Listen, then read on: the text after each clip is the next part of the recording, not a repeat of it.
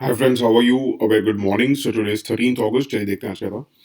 एक तो Afghan government ने सबमिट किया प्रपोजल टू कतर। आपको पता है कतर मीडिएटर है, तो उसने प्रपोज किया है कि तालिबान के साथ वो पावर शेयर करने में राजी है ताकि ये वायलेंस खत्म हो सके। देखिए क्या है, आने वाले टाइम में बहुत कुछ होगा। क्या होगा, तालिबान पावर में आएगी, मानेगी नहीं मानेगी, बट ये इंपॉर्टेंट न्यूज़ थी कि अफगान गवर्नमेंट ने क्या पहल की है। तो आई थॉट कि मैं आपको बताऊं। बट अभी इसके नोट्स एज सच देखिए, आप इसको लिख सकते हैं अपने फोल्डर में या कहीं भी किसी भी डायरी में आप नोट डाउन कर सकते हैं। बट अभी इसके ऊपर कुछ कंसोलिडेटेड हम नहीं कह सकते, because in the days to come बहुत कुछ होगा, बहुत चेंजेस हो सकते हैं, पता नहीं क्या सिनेरियो होगा चेंज। तो उस टाइम हम लोग देखेंगे कि क्या एक्चुअल में बैठ रहा है।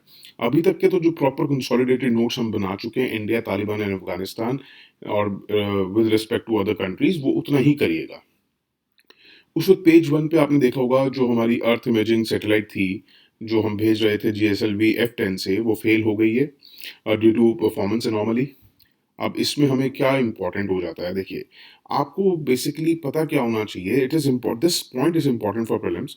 तो ये क्या है, सैटेलाइट थी क्या नहीं थी, वो हमने 6 अगस्त को देखा था।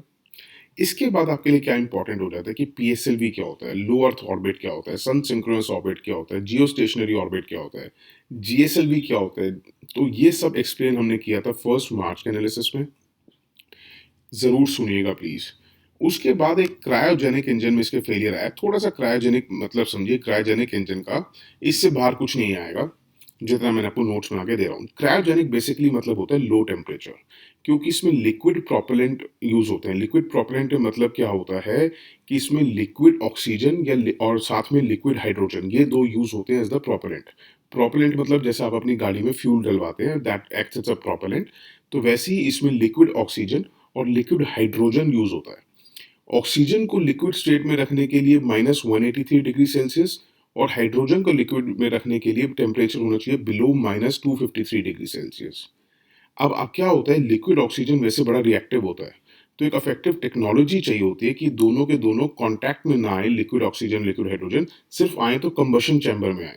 ठीक है, एक ही चैम्बर में आपस में मिले, पहले उससे पहले ना मिले, क्योंकि बिकॉज लिक्विड क्यों, ऐसा पॉइंट आपके ऊपर प्रीलिम्स में पूछ सकते हैं कि ऐसा क्यों। तो याद रखिएगा, liquid oxygen is very reactive, that's why. और इनको लिक्विड स्टेट में रखने के लिए बहुत ज़्यादा लो टेम्परेचर मेंटेन रखना पड़ता है, जैसा भी हमने बताया -183 -253। मगर क्या है, कंबशन चैम्बर पर जब ये मिलते हैं तब हमें बहुत हाई टेम्परेचर और प्रेशर की ज़रूरत पड़ती है। ठीक है, ताकि ग्रेटर थ्रस्ट पैदा हो, एकदम से बूस्ट मिले और वो एकदम ऊपर तक जाए। तो क्या है कि कहते हैं ये हम क्यों यूज़ करते हैं, क्यों इतनी अगर तकलीफ़ें हैं तो क्यों इतना अच्छा माना जाता है।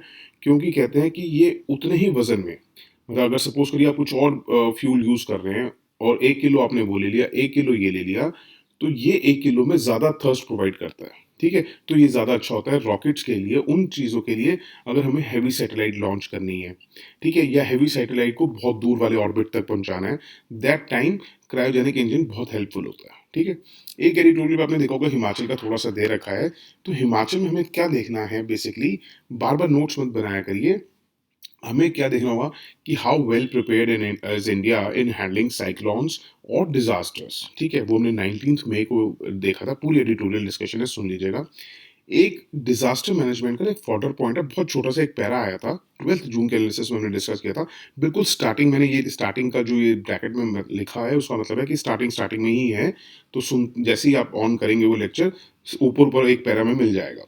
और लैंडस्लाइड्स और डिजास्टर क्यों होते हैं हिमाचल प्रदेश के नॉर्थ रीजन में या हिमाचल प्रदेश में, वो आपको 27 जुलाई के एनालिसिस में मिल जाएगा। उसके बाद एक एडिटोरियल एजुकेशन पे था। ये एजुकेशन पे इम्पैक्ट ऑफ कोविड का क्यों बंद, ये सब हम बहुत देख चुके हैं, हमने बहुत कंसोलिडेटेड आंसर्स बना लिए हैं। जो हमें स्टार्टिंग से फॉलो कर रहे हैं उनके ऑलरेडी कंसोलिडेटेड आंसर बन चुका है।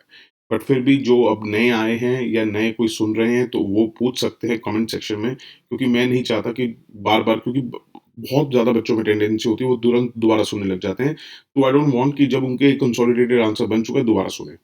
बट जो नए आए हैं जिनको नहीं पता कौन से लेक्चर्स हैं, आप बता दीजिएगा। प्रॉपर हम इसका कंसोलिडेटेड आंसर बना चुके हैं। एक एडिटोरियल पे बड़ा अच्छा था, थोड़ा सा ना ये फॉर्डर पॉइंट की तरह ट्रीट करेगा आपको, जैसे हम देख रहे हैं आजकल राज्यसभा, लोकसभा या स्टेट असेंबलीज़ में हल्ला-गुल्ला ज़्यादा होता है, लड़ाइयाँ ज़्यादा होती हैं, काम का व कम होता है। तो आपसे ये पूछ सकते हैं कि देखिए आप समझ रहे हैं जो आजकल बिल्स पास हो रहे हैं, ऑपोज़िशन की नहीं सुनी जा रही है, इतनी ऑपोज़िशंस वेल पे आ जाती हैं, तब भी उनकी नहीं सुन रही और गवर्नमेंट पास कर देती है bill. How effective is Rajya Sabha and Lok Sabha in current scenario? ये पार्लियामेंट कितना इफेक्टिव रह गया है या कितना इफेक्टिव स्टेट असेंबलीज़ रह गई हैं? तो हम कहेंगे कि हाँ, हम देख रहे हैं कि ये एक फॉर्डर है आपको जो ये 3-4 पैरास मैं दे रहा हूँ। बहुत अच्छा फॉर्डर है कि हम देख रहे हैं थोड़ा इसमें हमने डेटा भी दिया है तो आप उतना ही प्रोवाइड कीजिएगा। ज़्यादा भी डेटा दो ना तो एग्ज़ामिनर का दिमाग चकरा जाता है। क्या है हम देख रहे हैं कि बिल्स आजकल पास हो रहे हैं without any serious examination by parliamentarians. उसके बाद हम देखेंगे कि पहले बहुत ज़्यादा बिल्स जो है कमिटी को रेफ़र किए जाते थे मगर आजकल मोस्ट ऑफ़नली हम देख रहे हैं कि रेफ़र नहीं किया जा रहा है कमिटीज़ को और हार्डली कोई डिस्कशन हो रही है on the floor of the house और ज़्यादातर जो बिल्स हैं वो पास हो रहे हैं within a few days of introduction. Within a few days of introduction का मतलब ये है कि इतनी जल्दी बिल पास होने का मतलब है कि उसमें प्रॉपर्ली डिस्कशन नहीं हो रही है। मोस्ट ऑफ द बिल्स हम देख रहे हैं was not referred to the parliamentary committee for examination. अगर मैं इस मॉनसून सेशन की बात करूं तो एक भी बिल रेफर नहीं किया गया पार्लियामेंट्री कमिटी को। बट क्या होता है ना कि हम एक पर्टिकुलर सिनेरियो को नहीं देख के एग्जाम लिख सकते हैं, वो आपसे जनरल टर्म में पूछेंगे तो आप भी जनरल टर्म में लिखेंगे मोस्ट ऑफ द बिल्स। अगर आप ये एडिटोरियल पढ़ेंगे तो उस पर लिखा हुआ none of the bill. But हम क्या है कि नन ऑफ द बिल नहीं लिख सकते क्योंकि कुछ बिल्स हुए भी हैं रेफर, बट इस सेशन में नहीं हुए, बट पुराने सेशंस में हुए हैं। तो हम एक जनरल सिनेरियो में बोलेंगे कि most of the bills refer नहीं किए जा रहे पार्लियामेंट्री को। कमेटी बनाई क्यों गई है ये? पार्लियामेंट्री कमेटी एक प्लेटफ़ॉर्म है, ये फोरम है जहाँ पे पार्लियामेंटेरियंस जो हैं, एक्सपर्ट्स के साथ, स्टेक होल्डर्स के साथ, गवर्नमेंट ऑफिशियल्स के साथ बैठते हैं और उस बिल की इम्प्लीकेशंस देखते हैं। देखते हैं इसके कॉन्सिक्वेंसेस क्या होंगे, इसके प्रोविजंस के कॉन्सिक्वेंसेस क्या होंगे और क्या-क्या ज़रूरत है हमें कुछ अमेंडमेंट्स अगर करनी है तो वो रिकमेंड करते हैं। बट हम रिसेंट ईयर्स में हम देखो अगर हम देखें तो सिग्निफिकेंट चेंजेस भी हमने देखे, जैसे इंसॉल्वेंसी एंड बैंक्रप्सी कोड में। अब ये नहीं है कि इंसॉल्वेंसी एंड बैंक्रप्सी कोड आप पूरी डिटेल में बताने लग जाओ। मोटर व्हीकल्स अमेंडमेंट बिल में कि उनकी वजह से इन बिल्स को अगर अगर रिकमेंडेशंस दी गई पार्लियामेंट्री कमेटी द्वारा तो उससे ये बिल बहुत अच्छे बन गए, ठीक है? बट हम फिर भी देख रहे हैं कि शार्प डाउनवर्ड ट्रेंड है in bills being refer to them. 15th Lok Sabha में 71% हुए थे, 16th में 27% और करंट वन में अगर बात करें तो 12% ही रेफर किए गए हैं। तो इतना सही डेटा दीजिएगा और ज़्यादा इसको एक्सप्लेन और डिटेल में करने की ज़रूरत नहीं है। पार्लियामेंट भी कहेंगे हम देख रहे हैं कि आजकल क्वाइट इनइफेक्टिव हो गई इन ऑल इट्स फंक्शंस।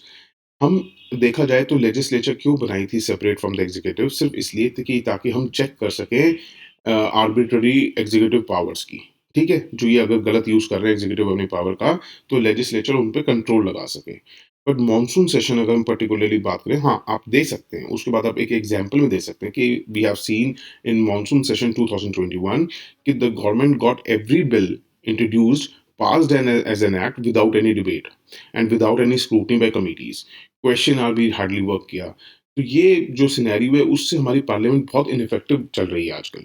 तो ये थोड़ा-सा आप लिख सकते हैं, ठीक है? ये फॉर्डर है आपके लिए। एक पेज 8 पे क्या था, यूपी में 3 आदमियों को नेशनल सिक्योरिटी एक्ट के अंडर डिटेन किया गया था। तो कोर्ट ने कहा है कि देखिए स्लॉटरिंग कर रहा है कोई काऊ की अपने घर में चुपचाप इन द अर्ली आवर्स। चाहे वो पॉवर्टी की वजह से हो, लैक ऑफ एम्प्लॉयमेंट की वजह से हो, हंगर की वजह से हो, तो वो लॉ एंड ऑर्डर की प्रॉब्लम है बट नॉट अ मैटर जो पब्लिक ऑर्डर अफेक्ट कर रहा है, ठीक है? तो ये आप इसको जो डिटेंशन आपने करी है अंडर नेशनल सिक्योरिटी एक्ट वो गलत है। लॉ एंड ऑर्डर प्रॉब्लम है, वो आप मान सकते हैं कि बैंड है, वो अलग चीज़ है। बट आप उनको कि ये अगेंस्ट पब्लिक ऑर्डर या अफेक्टिंग पब्लिक ऑर्डर नहीं माना जाएगा इसको, ठीक है? उस वक़्त पेज 10 पे थोड़ा-सा आपको ये अजीब लगेगा, अटपटा लगेगा ये वाली न्यूज़, बट आप ट्रस्ट मी प्रीलिम्स में बहुत आड़ी-टेढ़ी चीज़ें पूछी जाती हैं। हमें बहुत बड़ा मतलब बहुत लंबा एक्सपीरियंस है तो मानिए और इसको नोट्स बना लीजिएगा अपने प्रीलिम्स डायरी में कि टाइगर सर्वे जो होता है वन्स इन 4 इयर्स होता है। एलिफेंट का जो सर्वे होता है पॉपुलेशन का वो वन्स इन 5 इयर्स होता है। उसके बाद दूसरा पॉइंट लिखिएगा कि जो मोस्ट रीसेंट सर्वे हुआ है कि हिंदुस्तान में 2997 टाइगर्स हैं और जो 2017 में एलिफेंट का सर्वे हुआ था उसमें 29964 29,964 एलिफेंट्स हैं इंडिया में। 90% ऑफ द एरिया जो है occupied the elephants and tigers are is common, मतलब 90% जो एलिफेंट और टाइगर्स है एक ही जगह पे पाए जाते हैं। तो इसलिए आप गवर्नमेंट चाह रही है कि इनका कॉमन सर्वे किया जाए। More than 60% of the world's elephant population is in India, ठीक है? 17th अगर किसी को प्रोजेक्ट एलिफेंट और थोड़ा-सा एलिफेंट के बारे में और जाने तो 17 जनवरी का एनालिसिस सुन सकता है। आपने देखा होगा 2020 में कितना अजीब क्वेश्चन्स आए थे। एक क्वेश्चन आया था जो प्रीलिम्स में एलिफेंट्स के ऊपर। और कई बार ना बच्चा सोचता है यार एक नहीं करूँगा क्वेश्चन तो क्या फ़र्क पड़ता है? बट ट्रस्ट मी जब आप पेपर दे के आते हो तो लगता है हाय काश वो एक क्वेश्चन मेरा ठीक हो जाता, काश वो एक क्वेश्चन ठीक हो जाता, मेरी मेरा मेरा कट ऑफ आ जाती। तो ध्यान रखा करिए। पाकिस्तान ने सक्सेसफुली टेस्ट फायर किए nuclear capable service to surface ballistic missile Ghaznavi, जो स्ट्राइक कर सकती है टारगेट अप टू 290 किलोमीटर्स। अपने को बस ये देखना है गज़नवी किसकी है, पाकिस्तान की, ये पूछ सकते हैं प्रीलिम्स में, ठीक है? That's it for today, thank you so much for listening, have a good day, bye, take care. And किसी ने वो रिकमेंड किया है हैशटैग का, देखिए हम ट्राई करता हूँ, मैं इस वाली वीडियो में हमें पता नहीं है कैसे किया जाता है, बट थोड़े से ओल्ड स्कूल लगा लीजिए हमें, बट ये है कि आई आई विल ट्राई कि आज अगर मैं करके देखता हूँ, बताइएगा कि ठीक करा या नहीं किया, ठीक है? That's it for today, thank you so much, God bless you all.